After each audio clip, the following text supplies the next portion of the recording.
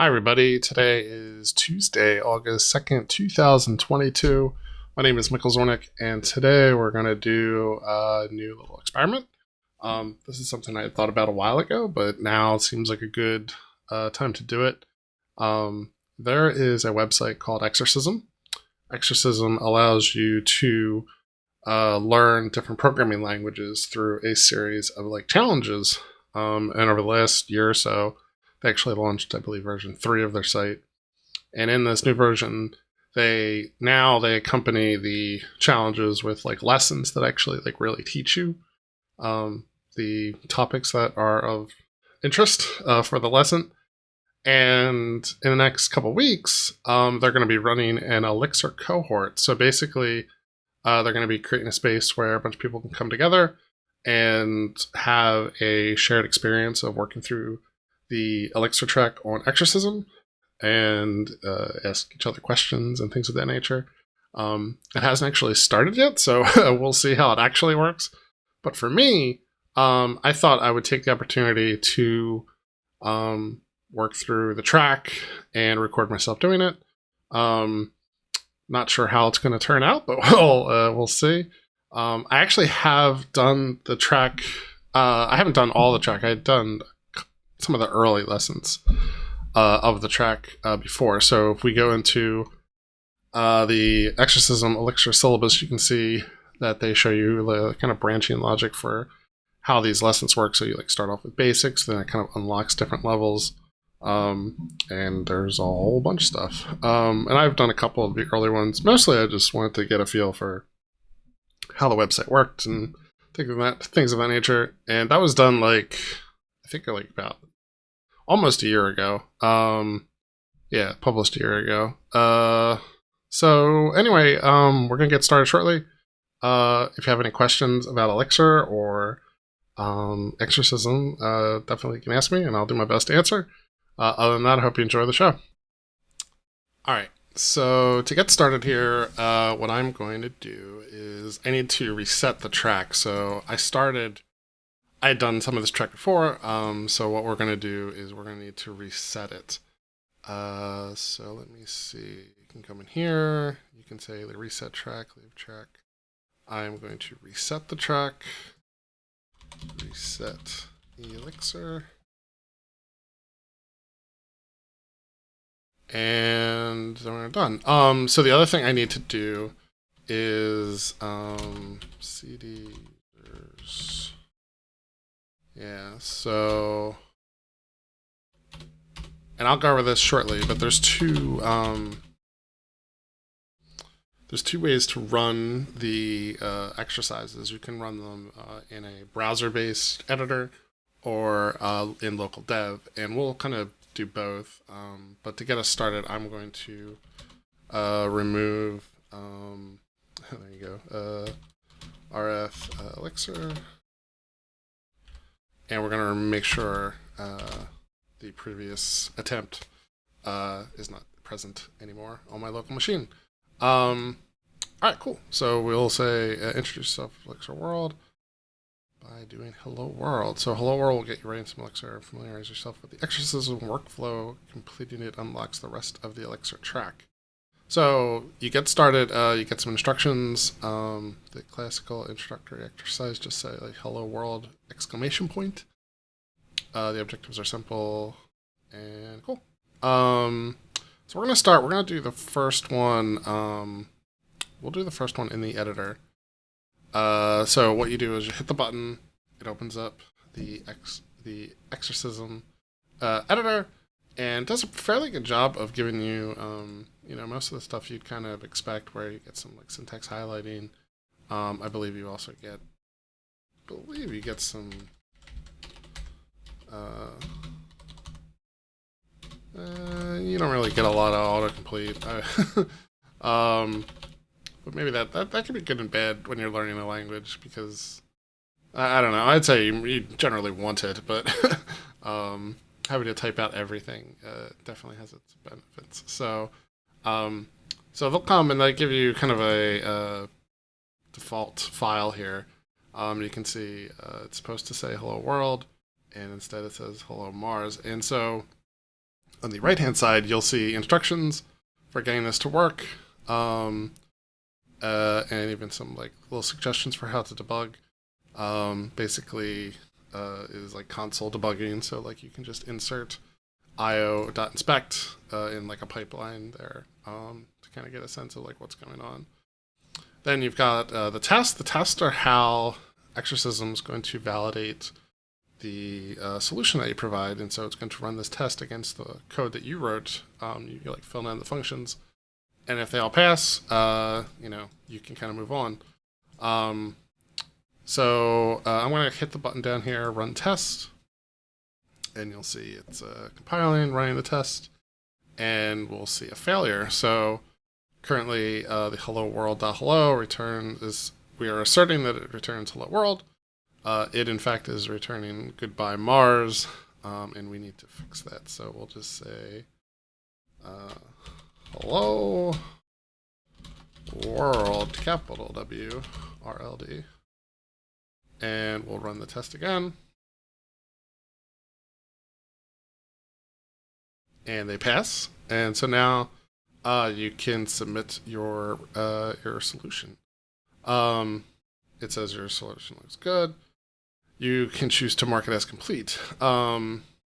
If you have questions at this point, what you can do is you can look at other people's solutions, and then you can also ask a mentor for feedback on your solution, which is pretty cool. And so we're going to mark this as complete. And I will share so you can share your solutions. This is actually one of the fun things too, as you work through a solution. Sometimes you can finish it, then you can look at other people's solutions, and it'll give you kind of like an idea of like, I could have done it this way, or I could have done it this other way. That's definitely one of the like benefits of this like community angle here. So I'm going to publish all my iterations. It's fine. You've just completed hello world. You are now ready to get stuck into some real exercises. It's funny to use the word stuck. We've also received fixed income to get. Cool. So I'll go to the concept. So now that I've done hello world, I've unlocked basics. So we have the Lasagna project here, or example, I guess I should say. While completing Lasagna, you'll learn one concept, basics concepts. In this exercise, you're going to write some code to help you cook a brilliant lasagna from your favorite cooking book. You'll have 5 tasks, all related to the time spent cooking the lasagna. Define the expected oven time in minutes. Define lasagna.expected minutes in oven. \0 function that does not take any arguments. It returns how many minutes the lasagna should be in the oven according to the cooking. 7 minutes is 40. Cool. Calculate the remaining oven time. Alright, cool. So we'll just get started. For this one, we're actually going to download it. So I already have Exorcism, that's a good one, installed locally. So I should be able to just go and copy the command here. So Exorcism download, Lasagna, track Elixir. This will use my like token API key, download the stuff, and you can see it's been downloaded to Elixir Lasagna. And so I will open it up in my editor, which in this case is VS Code. So here we can get a sense of what this looks like locally. You get a folder with some Exorcism metadata. Then you get a lib file, which is your main like file that you will be editing to kind of fill out your solution. And then you get a test file, which we'll talk about, which will kind of validate, did you solve the problem? So I'm going to open this up, and I'm going to put the test file on the right, and I'll put my file here on the left. And one of the things we can do, we can run all the tests in the file to kind of see, is this working or not? And so you can see, of course, it is not working. Lots of undefined things. 7 tests, 7 failures. Good to go. All right, so define expected minutes of an. Oh, and there's one other file that I'll show, and that is the Readme file. So the Readme file is where you're going to learn the concepts that are being explained to you. So in the website here, you can see these are the instructions. And actually, I'll open it up in the editor, and you can see this will show you the editor file, and the instructions basically are teaching you the concepts of Elixir that we're trying to kind of solve. And it'll actually have hints. So if you get stuck, you can kind of look at the hint, and it'll say this is you're going to need to define a function. You're going to need to return an integer, and hopefully that'll help you get where you need to be. When you download the file, those types of things will be in the let's see, introduction, basics, variables. Is that just the README? Yeah, that's just down here. Okay, cool. Let's just start looking at that first. So I'm going to open up the preview version and save that. Let's put that away, and let's just look at the preview. We'll read through the preview, and then we'll take a shot at solving it. So Lasagna, welcome to Lasagna on Exorcism's Elixir track. If you need help running the test or submitting your code, check out help.md. If you get stuck in the exercise, check out hints and try to solve it without using those first. So what we're going to do is, so basic concepts. So Elixir is a dynamically typed language, meaning that the type of variable is only checked at runtime. Using the match operator, we can bind a value of any type to a variable name. So in this case, we've got count =1, count =2. So what we're going to do is we're going to take the value of 1, we're going to bind it to the named variable count, and then in the second line we are going to rebind count with the value of 2. Though the terminology here is important when we talk about binding values. This isn't assignment in the traditional sense, and you'll get more on that later as we kind of learn pattern matching. But just keep that in mind for now. And here in line 3, they say count = false.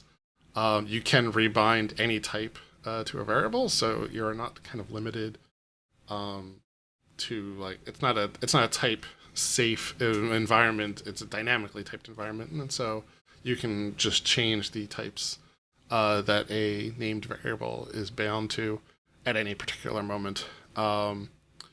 And then they show off strings, which are, as expected, included inside of double quotes, where we say message = success. And yeah, and so it's basic variables. Modules, so Elixir is a functional language, and so modules are kind of the collection of functions. As you will just create a bunch of functions, and you will kind of use a module to kind of conceptually group them together. But it is unlike classes or instances of classes. You don't instantiate a module. A module is just there, and it's always just used to call functions. The goal of your Elixir program should be to be as stateless as possible. And so what will happen often is you'll have functions, and you will pass in state and some arguments. It'll do something, and then it'll return a new value for that state. So modules start with the keyword, I guess, def module, the name of your module, and then a do and end block.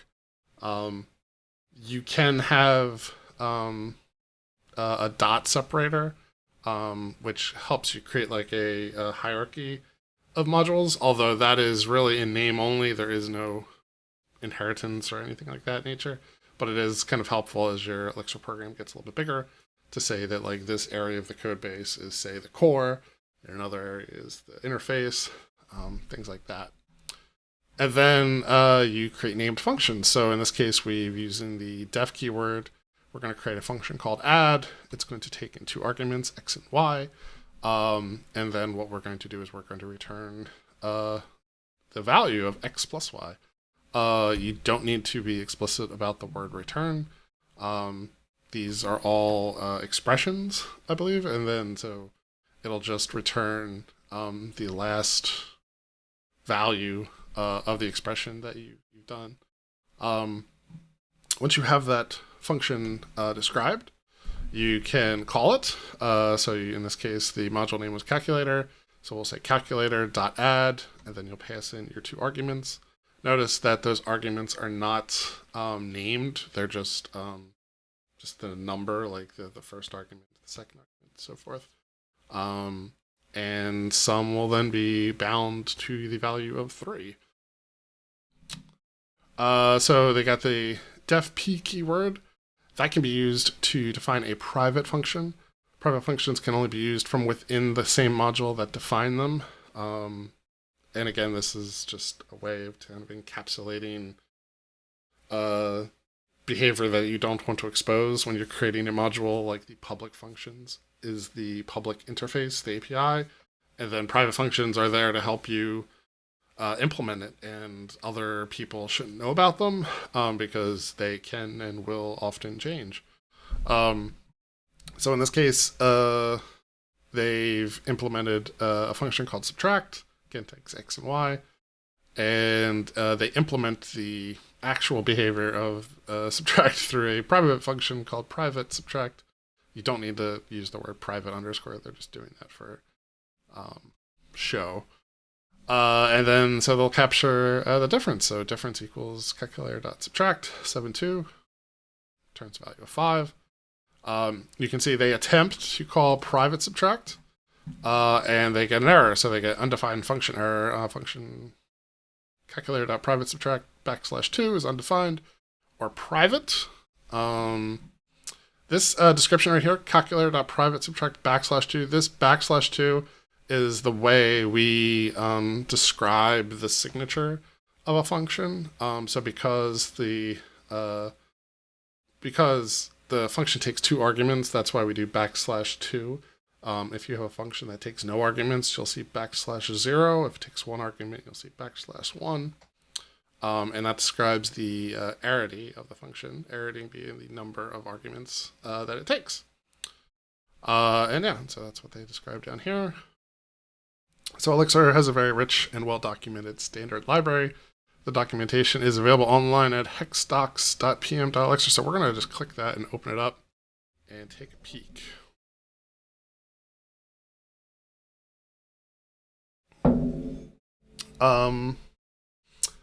Yeah, so this is the Elixir documentation. You'll see collections up here. So basically you can browse various pages which talk about different categories of things like naming or concepts like pattern matching, type specs and stuff, which we'll get into more as the Exorcism course goes on. But and then you've got the modules, and so these are all of the types and modules that are provided to you through the Elixir standard library. You've got lots of things for stuff like maps and keywords and streams and dates. You get stuff for file system, file.io, calendar support, and then later stuff which goes into all kinds of Elixir concepts, which we'll go through. Couple little things I'll show you. If you're on a smaller screen, you can use the hamburger menu to kind of like give you a little bit more space. You can customize things. So there's a little gear icon up here where you can choose if you always want dark or light or the system choice. You can show tooltips. You can also run in Livebook. Livebook is a concept of like a interactive notebook that lets you run Elixir code next to like chunks of writing. Very cool stuff. I'll turn that on. Oh, I don't have a libbook URL, so I'll turn that off. But we'll close that. And the other thing you can do, which is really, well, there's two things that are powerful. One is if you want to link some documentation. So if you come down here and you're like, I really want, my friend to see the documentation for write_stat, you can click this link down here. It's a link icon, and that will put this anchor in the URL. And so now when you enter like that URL, it'll jump right to that piece of the documentation.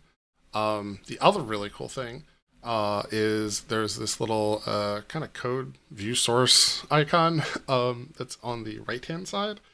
And if you click that, what it'll do is it will take you to the GitHub repo where Elixir is implemented, and you can see what this function actually does. And this is extremely powerful, particularly as you start to use other libraries that you want to download, and you want to kind of get a sense for like, how do they work and why is this not working like I expected to? And yeah, I use that all the time. And you'll get more familiar. Hopefully, I don't know if they do teach this in the course, but the writing documentation for Elixir is very easy. The tooling is really powerful. And once you get more comfortable with the language, definitely encourage you to check it out. The project is called Xdoc. And you can kind of come in here and take a look at Xdoc itself. And this will show you like how to prepare documentation for your own Elixir project. But anyway, so we're going to jump back to the docs. And so they're going to talk about integer and kernel. And then we're going to get to, this is the instructions of what we need to do. All right, cool. So let's close that. Let's open our code here. Yeah, I'll open up the test file too. And then we'll have all three up for now. I feel like we got enough for that. So, function 1, define the expected oven time in minutes. So they want a function called expected time in minutes. So I'm going to say def do. And it's no arguments, and it's just supposed to turn 40. So now I'll run my test. What I can do actually too, so I've been, so I can highlight here, and I want to say test at cursor. And so that way we only run one test, and we can kind of like, oh, I don't have watch installed. Test cursor, run test at cursor. All right, cool. So we can see our test for expected minutes in oven is passing. So they're validating that this returns 40, and I am returning 40, and so that is good. All right, step 2. We need to calculate the remaining oven time in minutes. So lasagna.remaining minutes in oven takes the actual minutes the lasagna has been in the oven as an argument and returns how many minutes the lasagna still has to remain in the oven based on the expected oven time in minutes from the previous task. Okay.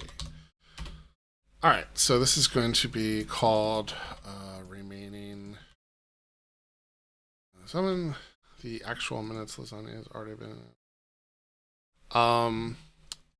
The actual minutes the lasagna has been in the oven. Current oven duration, we'll call it. In minutes. We'll just say duration minutes. I'll just say current duration minutes. I don't think I need all of those.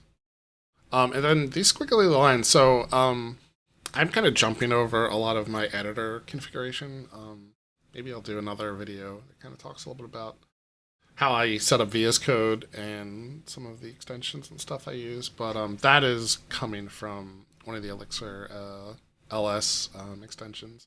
So it's going to kind of help inform me that like current duration minutes is unused. So all right, so we're going to get so we need to call expected minutes in oven to get that value. There's two ways. Well, there's a million ways you can do anything, but we'll just do it like this. So you can say there's a shorthand in Elixir you can use. It's called _module, and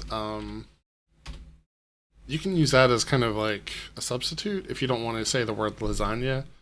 That lets you kind of use this double underscore module, and the compiler will kind of fill it in at compile time. It actually reads better for me to say the word lasagna, so I'm going to say that. So the expected minutes in oven minus current duration, that should equal the remaining ones. So let's go down here to task 2, and we'll run test at cursor, and we'll see if this passes.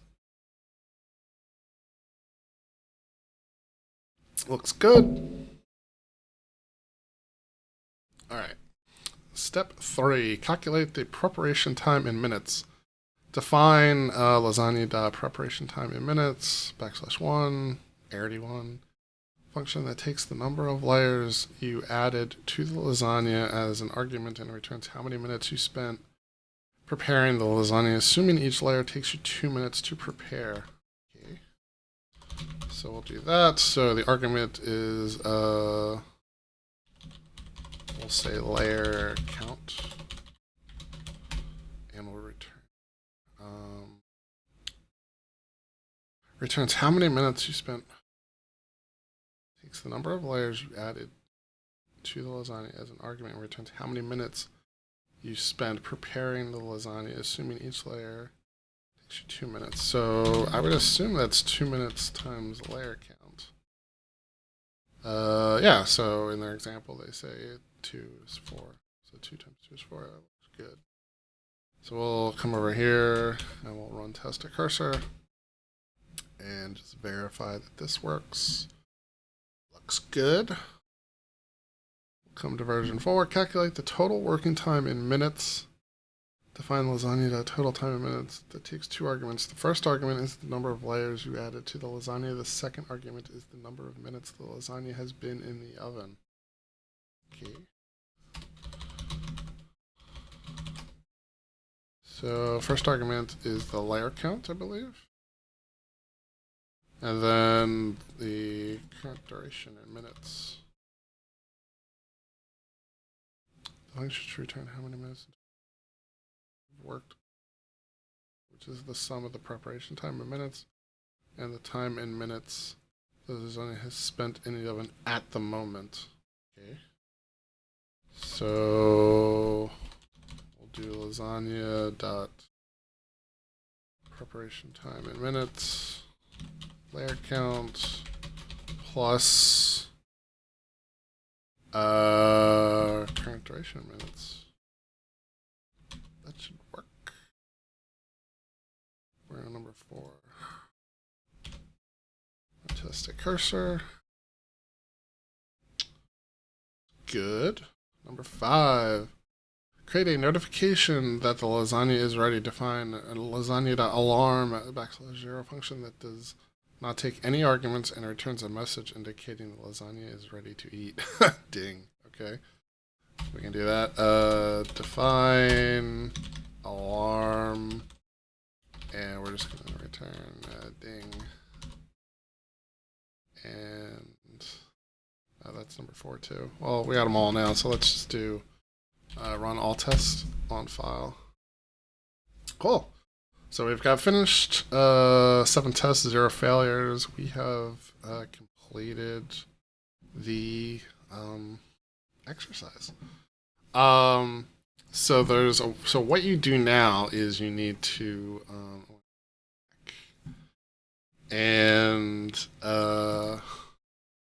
Yeah, I want to go to the documentation here. So this will show you what to do when you want to submit your solution. So we'll come in here. We can actually do it from here. So we want to Exorcism submit lib lasagna. So we're in the lasagna folder. Your solution is business. View it at here.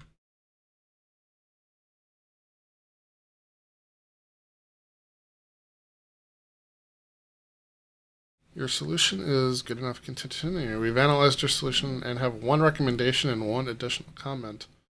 You can either continue or address the recommendations first. Cool. Yeah, let's take a look at this.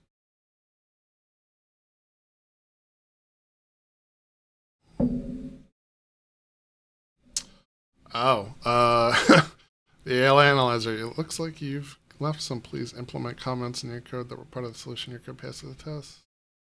Or just remove the outdated comments from your code. Okay, well, we can do that. And then what was the other thing? That was it. Other. What's other? Alright, well, let's fix that first. We'll get rid of these comments.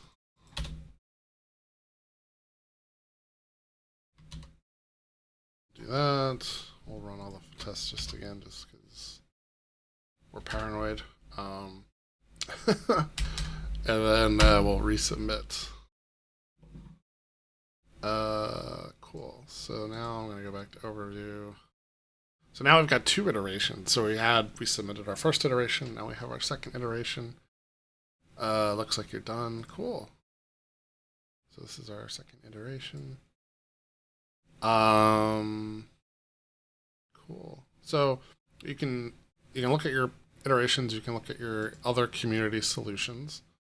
So let's look at one here. Can you sort by most starred? Cool. So this one was starred 6 months ago. What's that? What is that brackets for?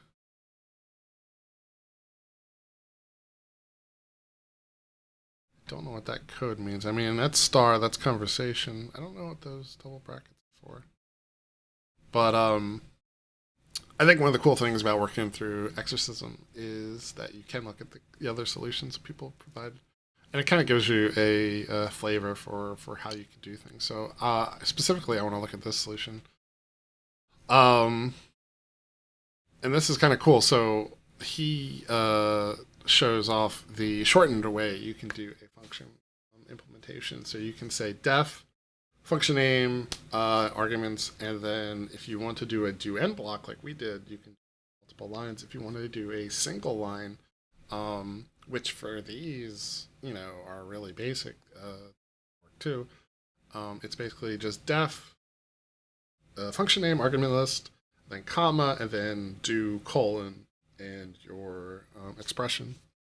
So you can see here, he's just got 40, he's got layers, elapsed, all that fun stuff, which is kind of cool. I suspect the rest of these are pretty basic. It's kind of, it's always fun to see the names too that people, used for their solutions. And don't take this as like a harsh criticism, but like this is like one of those cases where it's like, this person decided to use X and Y as the argument names, and it's like, if I was a teacher, I'd be like nudging him, like, you should put a little bit more time into the naming the variables because, X and Y don't really mean a lot. Like they are valid, but they don't really have meaning. And so, like even that with my solution, I thought it was really important that I use underscore minutes because I want to make it clear that like this is an integer value, but like this is the time scale that we're talking about. This isn't in seconds. This isn't in days. This is in minutes. I find that that's really important and so forth. But cool. So we've done lasagna. I believe we can. Oh, so the next little thing I want to do before, so you can mark this as complete and move on. And by doing this exercise, this will unlock a whole other collection of exercises. But you do have other options too. You can look at other community solutions. You can also request mentoring, and this is really helpful.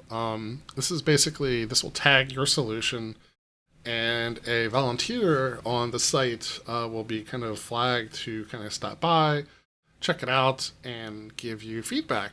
And as you get into the more complex solutions, often the mentor will give you some suggestions, like you could have solved it with this, or you could have give you some choices, and then you can modify your solution, post a new iteration. I found the mentoring angle to be a really unique feature of the site. I remember using it a little bit when I was playing around with it about a year ago, but definitely feel free to do that yourself. And so that is it for Lasagna. So let us mark as complete. I will share all my iterations. And cool, so we've completed Lasagna basics. We have unlocked 5 new concepts: anonymous functions, bit manipulation, booleans, floating point numbers, and integers. You've unlocked 3 exercises, Pac-Man rules, freelancer rates, and secrets. So cool. All right, that's going to be it for now. Thanks a lot for watching. If you have any feedback, let me know, and we'll see you next time. Bye-bye.